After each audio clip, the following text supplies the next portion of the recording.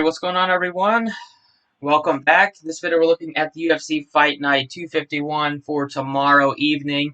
It is the best fight card of the year. 3 title fights, tons of big names, lots of big prize pools. Let's get started with the video.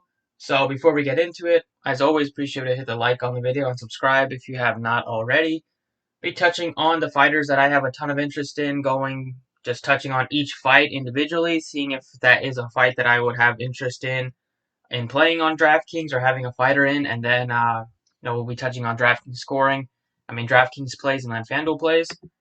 So I guess we'll start with the main event here, and that is one of the main events, and that is Kamaru Usman facing off against Jorge Masvidal. As we all know, it's supposed to be Gilbert Burns, but he could not make it with the coronavirus. Got on the shelf with that. So Masvidal stepped in on 6 days' notice. Everybody's talking about short notice, but he has been training. He's been fighting with Dustin Poirier, getting him ready for his fight. That was like a couple weeks ago. So he's still in good shape. I know he has to drop a lot of weight for this fight in a short time, but Masvidal has been ready. He's been waiting for this opportunity, so I'm not too concerned about the short notice. It's also going to be different for Kamaru Usman facing off against a completely different fighter than what he was preparing for in Gilbert Burns. So I think both, have some disadvantages. Usman has more advantage because he's been training, getting a full camp in. Masvidal is a plus 190 underdog. I believe it's going down a little bit. I kind of like Masvidal here and Usman. I think you can play both on DraftKings just because it's 5 rounds. You're going to get a lot of punches thrown if the fight does go like 4 or 5 rounds. And you got good pricing on both. Like Usman under 9,000, Masvidal just 7,300. If this fight ends very quick, it's going to be because of Masvidal. I think if it goes the distance, then it's probably going to be because of Kamaru Usman. In that case, then I can still see Masvidal making value at 7,300.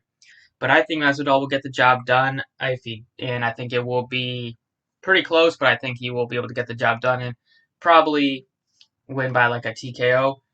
Both fighters 3-0 in their last 3 fights, but Masvidal, when he's winning by TKO or knockout all the 3 fights, and then 2 out of the last 3 wins for Usman have come by unanimous decision. So either way, I don't think you can go wrong with either one. But I like Masvidal. I like his game, and I think he can get the job done. I think he's hungry for the belt. Next up, Volkanovski versus Holloway. Volkanovski has a 5-inch height disadvantage, but he has a 2-inch reach advantage, which is pretty spectacular, and that has made him helped improve his record to 21-1 throughout his first 22 fights. Both fighters throw a ton of punches, 6.15 strikes per minute for Volkanovski, 6.66 for Holloway. Volkanovski's a decent favorite at minus 220. I just think he's going to get the job done on DraftKings. That's another fight that you can play Holloway too. You can play the loser just because he's only 7,100. He throws a ton of punches, throws a ton of volume. Even in a loss, he put up 67. Even in a loss to Poirier, he put up 91. So it's not like you need him to win to return value, especially at 7,100. So some of my favorite value plays are going to be Masvidal and Holloway on DraftKings just because they're so cheap. But I like Volkanovski at 9,100. He's going to be one of the guys I pay up for. And then another title fight that's looking very, very appealing is Petr Yan versus Aldo. I want a piece of all 3 of these fights. I don't know how you do not have at least all 3 of them in your cash lineup. Even in tournaments, I think it's tough to fade any of these 3 fights because they're all 5 rounds. You got a ton of high scoring fighters on both sides of each fight. And in this one, Petr Yan is looking spectacular. 3-0 in his last 3 fights. Aldo is 1-2. He's looks like he might be ready to lose this fight. I think to Yan. Yan is just up and coming. He is looking super dangerous. Nobody wants a piece of him. Last fight, Yan knocked out Uriah Faber, and last fight for Aldo, he lost against Marlon Moraes. So give me Yan. I think out of the 3 title fights, I think he is probably the most. Personally, I think he has the best shot to win. And then we move on to strawweight. Jessica Andrade versus Rose Namajunas. Andrade got the win. This is a rematch. Got the win. And if you watch that fight, it looked like Rose was winning, and then Andrade just picked her up and threw her on the ground, and she landed on her head, and then the referee called a stop to it. But even in that fight, you can look back and look at the strikes thrown. I mean, it was pretty close. Namajunas lost, but she had 55 strikes thrown. Andrade won with 47 strikes. She likes to get some takedowns with 3.21. She did try to lift up Namajunas a couple times. I kind of do think that Andrade will get the upset win here, and mainly that's because I like her a lot on Draftkings, just because she's 7,200. Namajunas at 9,000, I don't feel comfortable about paying, especially when you have Kamaru Usman at 8,900. You have like Peter Yan. I feel much better about paying up for the other two women that are fighting, Rosa, and the other fighter, and Ribas. So not really in on Namajunas, just because I think Andrade is a very formidable opponent. He throws a ton of punches, and if she does win, she probably will get you over 100 fantasy points. That's what she's been doing in her most recent wins. In all 5 of her recent wins, she has at least 100 punches thrown. 100 fantasy points. So now Andrade looks pretty good on DraftKings. Another good value play. Amanda Ribas versus Paige VanZant. Ribas 3-0 in her last 3 fights. 2 coming via unanimous decision, one via submission, and Paige is 1-2 in her last 3 fights. There's a reason that Ribas is a -900 favorite. I think she looks great. She's expensive, but tough not to like her. There's a reason she's -900 favorite. Now we go on to the prelims. This fight I don't have much interest in. I don't think you need to play either fighter. Maybe Procanza, he's making his debut, I believe. He's 7,800. Neither one of these fighters, I think, is going to put up a huge score. We don't know much about Jiri and Ozdemir. We've kind of seen. He can be decent, but I don't have a ton of interest in either one of these fighters. I think there's better value and better plays elsewhere on this card. We have a ton of great fights, especially the three title fights. You're going to want a piece of them. Same thing kind of with this. You have Muslim Salico versus Dos Santos. Got a pretty even, not a heavy favorite on either side here. Another fight that I don't have a ton of interest in, just because three out of my 6 spots are coming from the title fights, and then I'll probably go with like a couple cheapies that I like in the 7K range to pay up for them. But then another fight that I will probably just pass on.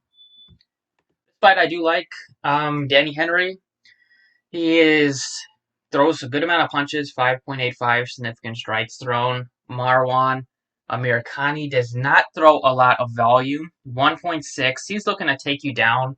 And the thing that I like about Danny Henry here is I think he will get the upset win. He just looks to be in better shape. Amirkhani gets gassed in a lot of the fights. Last fight against in Burgos, Amirkhani just looked gassed after the first round, and the third round, go back and watch it. It's on YouTube. He just couldn't barely stand.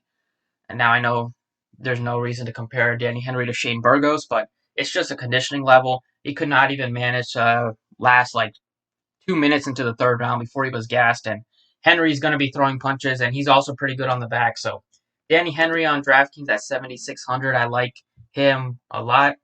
And I'm not really scared about this fight ending quickly because Amirkhani does not throw many punches at all.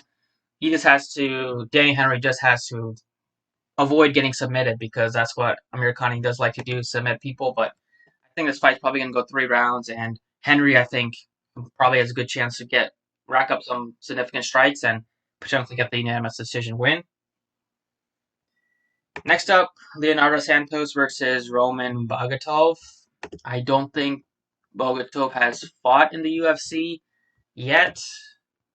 He's 7,400, but he is 10-0 in his other amateur fights. I think you could take a shot on him if you want as a cheap play, but I have more interest in a cheaper Max Holloway, more interest in a cheaper Masvidal. I like Andrade more just because we know what she is. Don't know anything really about him, so not really on him. Maybe a flyer in a large field tournament. Now we're getting into another fight that's even money. Grisham versus Tybura. Maxim Grishin another fighter that's making his UFC debut tonight or tomorrow night. I don't know if this weight. There's no way this weight can be accurate. I do not think he's gonna be fighting 40 pounds, 40 pounds lighter than Tybura. But right now it's even money. Both fighters 6'3". Gershon is 2-0-1 in his recent 3 fights against weaker competition though, and then Tybura is 1-2 with a knockout loss and a TKO loss. It looks like in the 3 wins for Grisham, one came versus a majority draw, and then he got a knockout and then a unanimous decision. If you take a look at the pricing on DraftKings from both of these fighters, they're pretty even, so it's kind of a toss-up. I don't like to really get a ton of interest in these like even money fights on DraftKings just because it can go either way. I usually like to go with an underdog just because I know they're going to be lower owned and they're usually cheaper. Like I don't have much interest in this fight either. And then Pavia versus Zamagulov, maybe 7,500 for him. He's 4 inches shorter, has a 4-inch reach disadvantage. He's a plus 150 underdog. A lot of people are taking Paiva to get the job done here. And in his recent fights, he struggled, but he's 1-2 in his recent 3 fights. But another fighter that looks like to be making his UFC debut in Zalgas. I don't really have interest in him, really. Like I said, I like Max Holloway more. I like Masvidal. So another fight that, especially on DraftKings, I don't want to pay 8,700 for him. This fight I do like a little bit. Carol Rosa versus Vanessa Melo. Rosa just throws a lot of punches. 11.4 significant strikes landed. If you look at her DraftKings scores, she piles on the scoring. 125. That was just in one fight, though, so it's kind of skewed, but she does rack up the scoring. She throws a ton of punches, and she's facing off against a pretty inferior opponent. This fight should be over pretty quick, and I see Rosa putting up north of 100 fantasy points. And then last but not least, Martin Day versus Davy Grant. I like Martin Day here to win. I think you could take a shot on him. A mid 8K price. Definitely fine. Not a priority, but definitely interesting to say the least.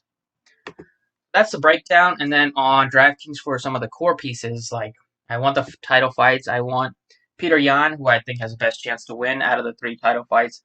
Volkanovski is probably going to be the second best. And then I like Masvidal as a underdog to win. I don't want to pick all 3 favorites in the title fights because then you're going to have 3 spots to differentiate. You're probably going to get a lot of ties.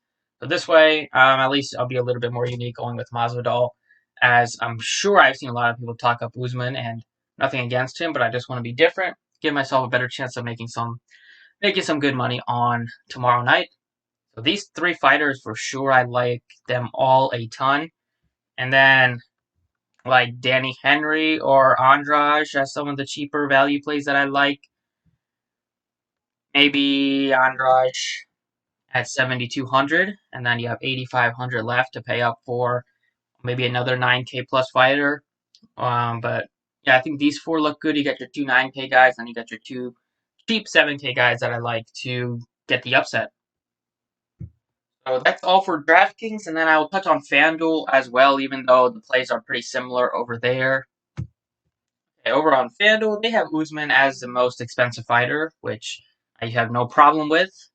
Then you have Amanda Ribas. I have no idea why they do not have the other title fighters as like the 3rd and 4th highest priced options. They have Makwan, Amir Khani, and Santos at $19. But give me Peter Yan. I think I want probably either Peter Yan, or probably Volkanovski as my captain. And then I'll probably go from there. But I like Yan, and I love Volkanovski at $18. I think that's like a must. And if I'm probably not going to be getting all the way up to Kamaru Usman, just because I do, like I said, I think Masvidal will get the job done, but I want him at $18 for sure. So those 3, once again, the 3 core that I want to build around on FanDuel. And then I like Carol Rosa a lot. She's only $16. She piles on the scoring, piles on the significant strikes, $16. That is a bargain. So That's the 4 fighters that I like a lot over on Fanduel. And that's about it for the video. So thank you for watching. I hope you guys enjoyed. Make sure you hit the like if you did. And good luck tomorrow night.